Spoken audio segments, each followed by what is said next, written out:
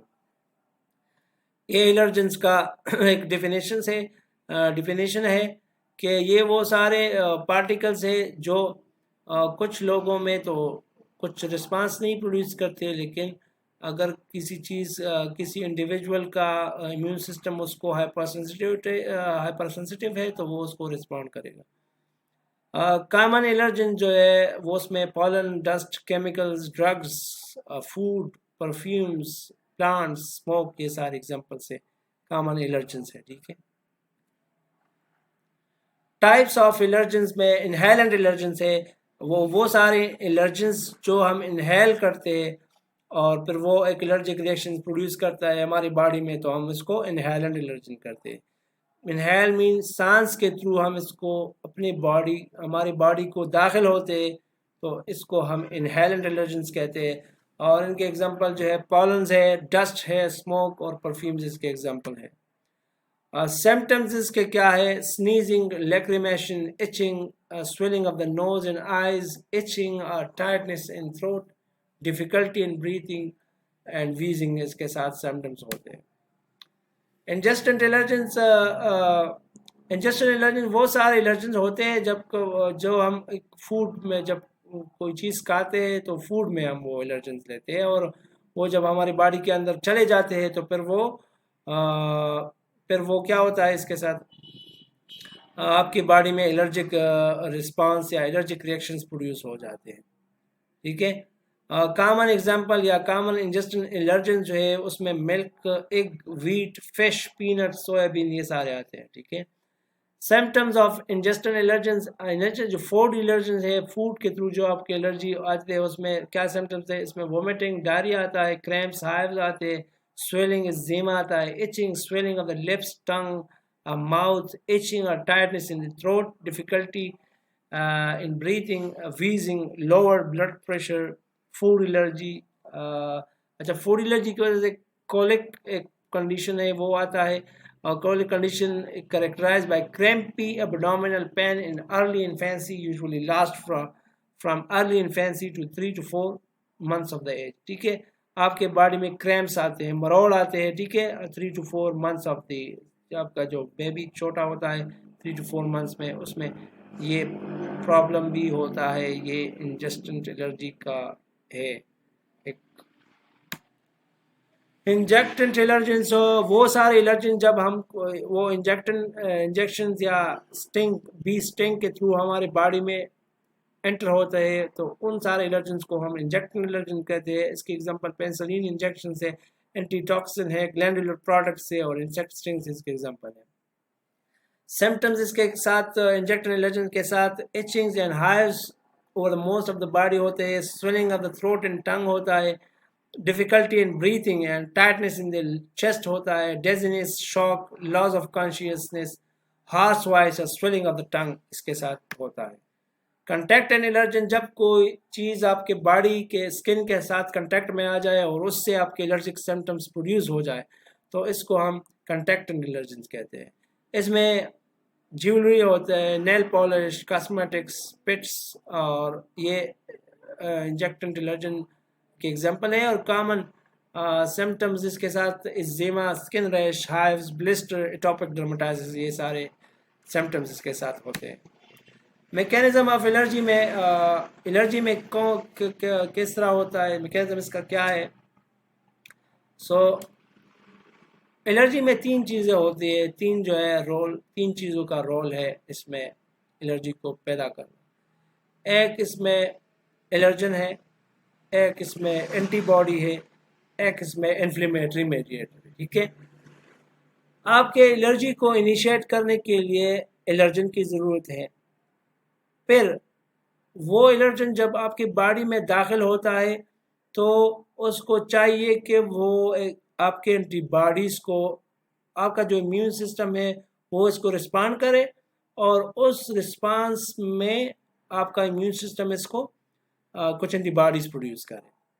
तो एंटीबॉडीज़ का पैदा होना, और फिर एंटीबॉडीज़ के पैदा होने के बाद आपके डिफरेंट इन्फ्लेमेटरी मेडिएटर्स है जो मास्ट सेल्स में, आपके ग्रेन्यूल्स में होते हैं, उनका रिलीज होना।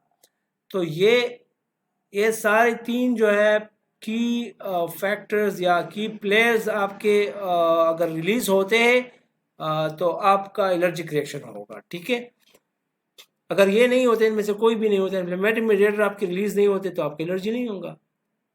आपके एंटीबॉडीज़ पैदा नहीं होती तो आपकी एलर्जी नहीं होगा। आपका एलर्जन नहीं आता तो आपको, तो ये इसका आपको इससे अंदाज़ा हो गया होगा कि ये जो सारी चीज़ें एलर्जी काज करती है, अगर हम इसको एलर्जी को रोकना चाहते हैं तो इन चीज़ों को ख़त्म करके हम इसको एलर्जी को हम रोक भी सकते हैं। अगर आपकी एलर्जन ना हो आपके एनवायरनमेंट में तो इससे आपकी एलर्जी आपको नहीं होगी। आपके एंटीबॉडीज़ अगर प्रोड्यूस नहीं होते तो एंटीबॉडीज़ कैसे नहीं प्रोड्यूस होंगे, उसके लिए हम फिर डिजीज ट्रीटमेंट में हम पढ़ेंगे कि हम एंटीबॉडीज़ की प्रोडक्शन को कैसे स्टॉप करते हैं। तो उसके लिए हम डिफरेंट ड्रग्स पर यूज़ करते हैं। इस तरह इन्फ्लेमेटरी मेडिएटर्स है, आपके इन्फ्लेमेटरी मेडिएटर्स जो आपके मास्ट सेल्स में होते हैं, अगर आपके मास्ट सेल से आपके इन्फ्लेमेटरी मेडिएटर्स नहीं रिलीज होते तब भी आपको एलर्जी नहीं होगी। ठीक है, तो इन सारी चीज़ों को, ये मुख्तलिफ स्टेप्स है आपको मैंने बता दिए। अगर ये सारे स्टेप्स एलर्जी में नहीं होते तो फिर आपको एलर्जी नहीं होगी, और अगर ये सारे तीन जो है स्टेप्स कंप्लीट होते हैं तो आपको फिर डेफिनेटली एलर्जी होगी, एलर्जिक रिएक्शंस फिर आपको होगा। तो when an allergen first enter the body the B lymphocytes produce immunoglobulin. ठीक है, आपकी बॉडी में जब भी आपका एलर्जन एंटर होता है तो आपके बी लिम्फोसाइट आपके आईजी एंटीबॉडीज को प्रोड्यूस करते हैं। आईजी एंटीबॉडीज प्रोडक्शन के बाद फिर वो मास सेल को अटैच होता है आईजी एंटीबॉडी।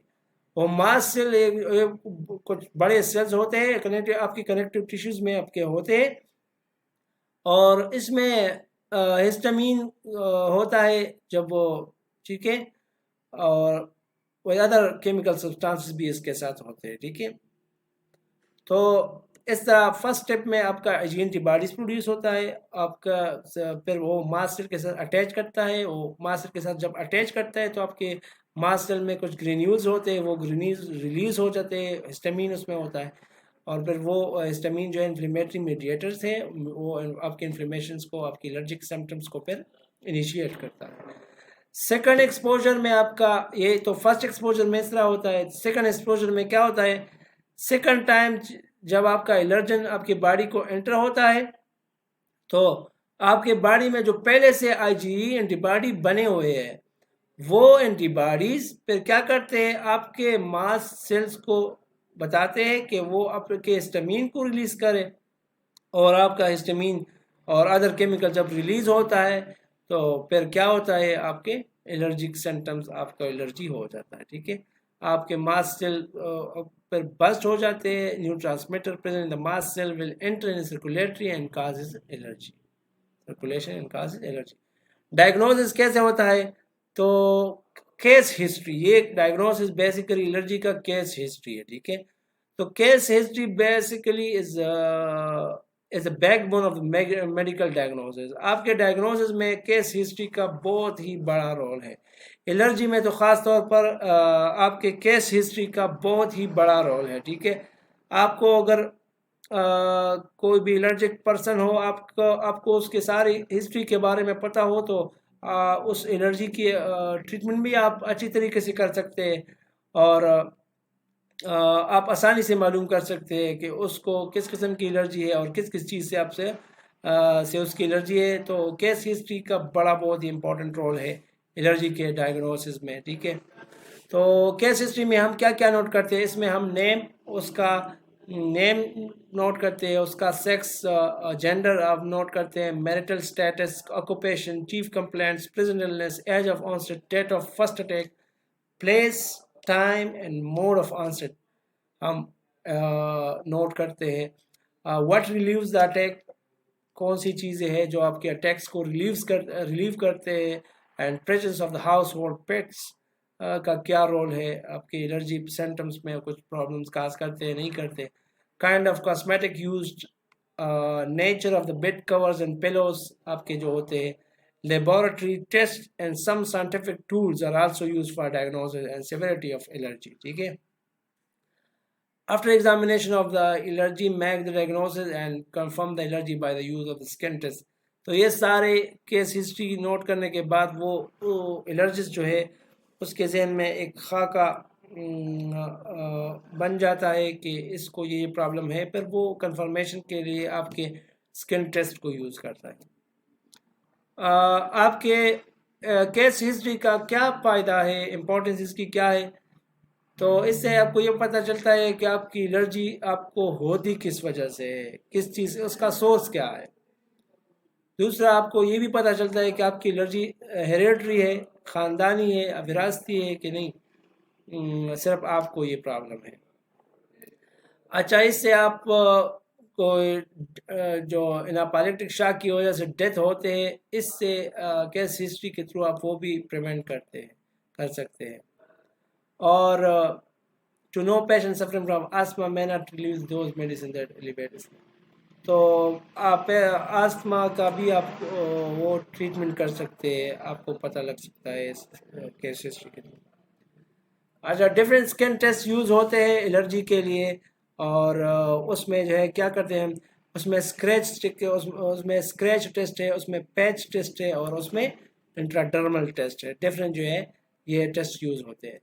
तो स्क्रैच टेस्ट में क्या होता है, द एलर्जन स्मॉल ड्रॉप, हम एलर्जन का लेते हैं एक स्मॉल ड्रॉप, और वो हम फिर स्किन पर लगाते हैं, ठीक है।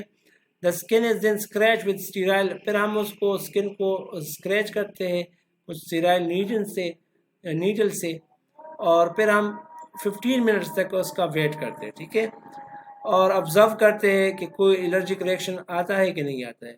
अगर कोई रेडनेस स्वेलिंग उस एरिया का आ जाए, अगर वो जगह स्वेल हो जाए या रेडनेस आ जाए उस जगह पर, तो इसका मतलब ये है कि इस पर शख्स को एलर्जी है, और इसका एलर्जिक वाला टेस्ट जो है, स्क्रैच टेस्ट है, वो पॉजिटिव कंसिडर किया जाएगा, ठीक है।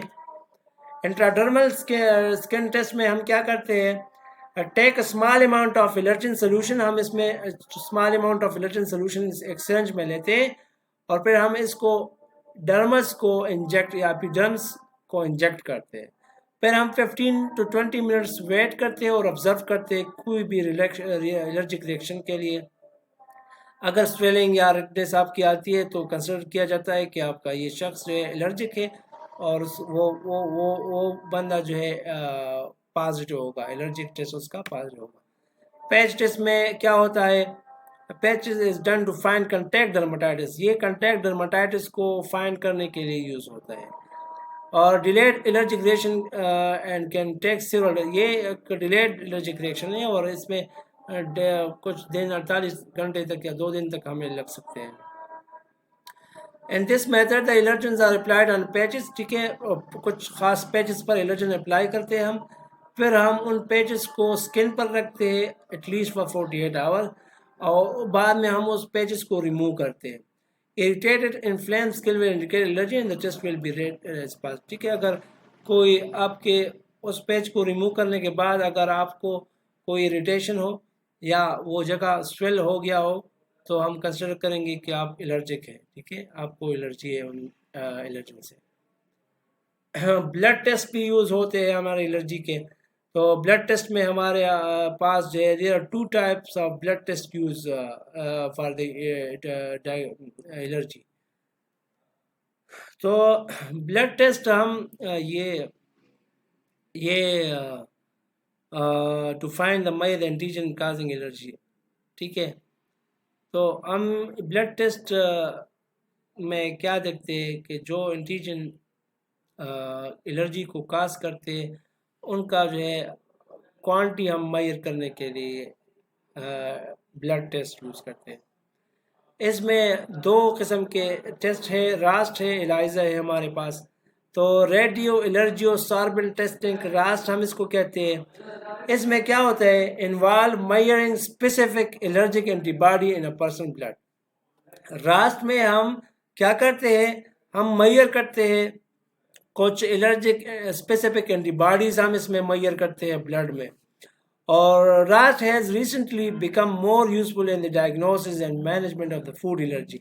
ज़्यादातर जो है रास्ट रेडियो एलर्जियो सॉर्बेंट टेस्टिंग जो है आपके फूड एलर्जी को डायग्नोस करने में ये बेहतर साबित हुआ है, तो रास्ट ज़्यादातर इसमें यूज़ होता है।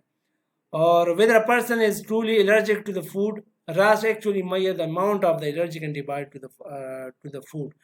तो ये आपका जो क्वांटिटी है कितने अमाउंट को आप एलर्जी है, आप कितने अमाउंट के एलर्जन को आप एलर्जिक है, तो ये रास्ट वो मेजर करता है, ठीक है। रास्ट रेडियो एलर्जियो सॉर्बेंट टेस्टिंग जो है उसको मेजर करता है। फिर दूसरा जो मेथड है एलर्जी को टेस्ट करने के लिए वो एलाइजा है। एलाइजा में ये एंजाइम लिंक्ड इम्यूनोसॉर्बेंट ऐसे हम इसको कहते हैं, और इसको हम आल्सो एंजाइम अम्यूनो ऐसे भी कहते हैं। It is a biochemical technique used in mainly in immunology to detect the presence of an antibody or antigen in a sample, ठीक है।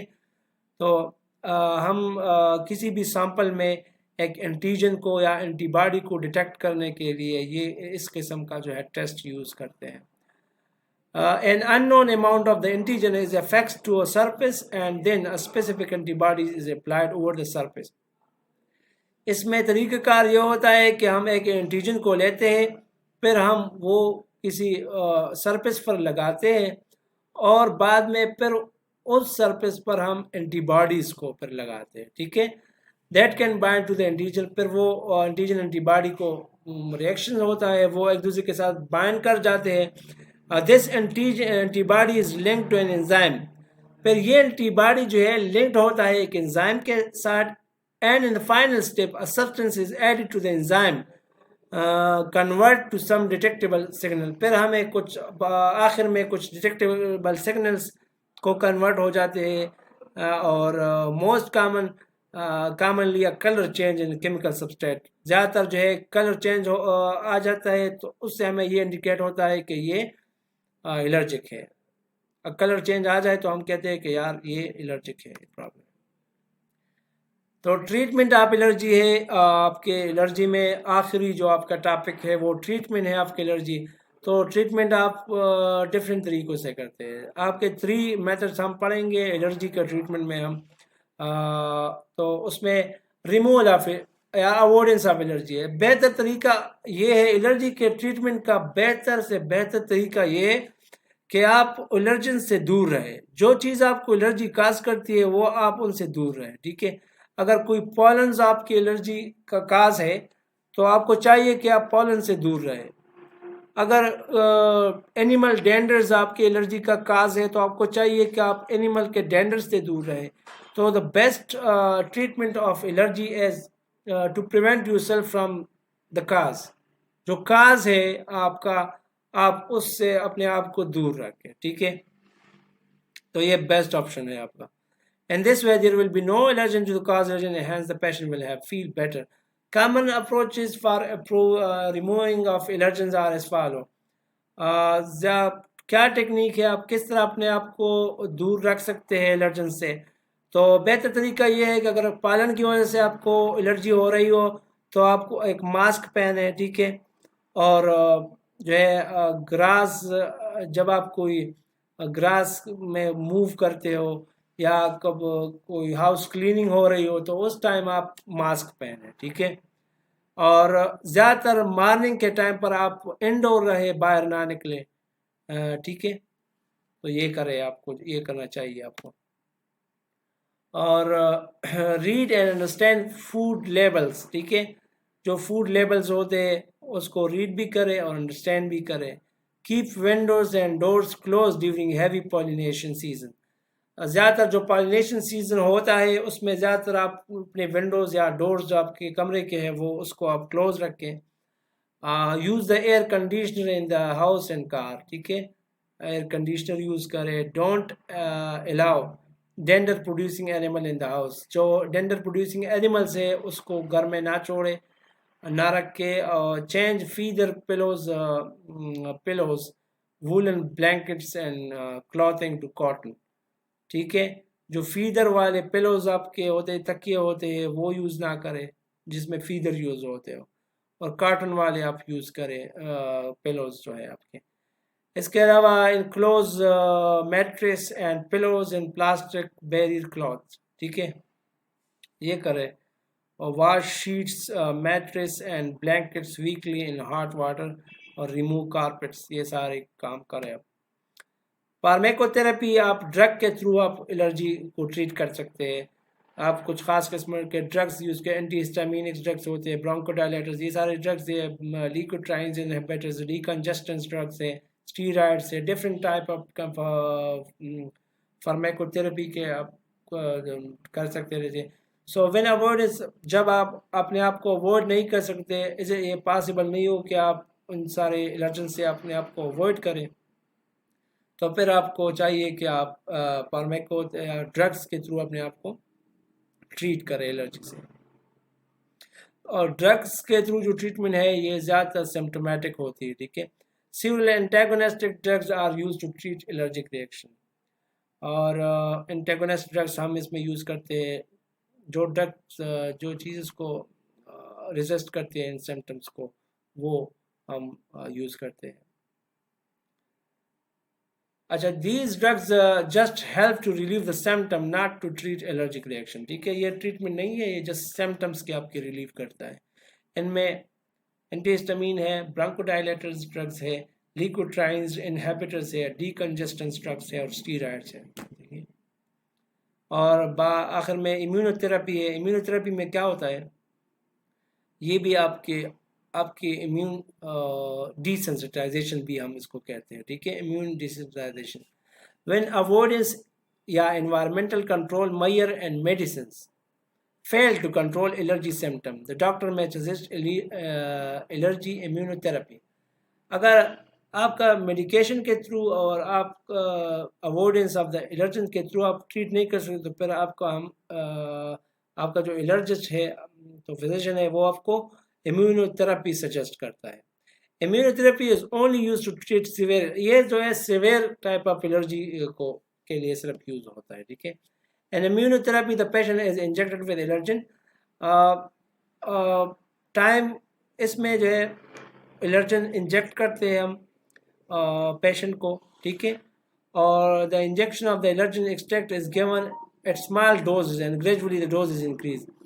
ये जो हम डोज एलर्जन इंजेक्ट करते हैं, वो हम टाइम के साथ उस डोज को बढ़ाते जाते हैं हत्ता कि वो एक लेवल को हम पहुंचता है। फिर उस ख़ास मकदार में जब हम बॉडी को देते हैं, तो वो फिर डिसेंसिटाइजेशन होती है, वो इनएक्टिव हो जाती है, फिर वो आपकी बॉडी उसको रिस्पॉन्ड नहीं करती है। और इस तरह अगर रिस्पॉन्ड नहीं करती, फिर आप उसको एलर्जिक सिम्टम्स आपको उससे फिर एलर्जिक सिम्टम्स प्रोड्यूस नहीं होते। तो इस तरह आपकी डिसेंसिटाइजेशन होती है और आपका एलर्जी का फिर ट्रीटमेंट हो जाता है। तो ये था सारा एलर्जी के बारे में जो उसका हमने पढ़ा। एलर्जी के डिफरेंट टाइप्स ऑफ एलर्जेंस हमने पढ़े, एलर्जी का डिफिनीशन, हाइपरसेंसिटिविटी के बारे में पढ़ा हमने ट्रीटमेंट ऑफ एलर्जी के बारे में पढ़ा, हमने डायग्नोसिस ऑफ एलर्जी के बारे में पढ़ा, हमने सिम्टम्स पढ़े एलर्जी के। कोई भी किसी भी पोर्शन में आपको कोई भी इशू हो तो आप पूछ सकते हैं, कमेंट सेक्शन में क्वेश्चन करें। I will be happy to respond you. Thank you. अस्सलाम वालेकुम।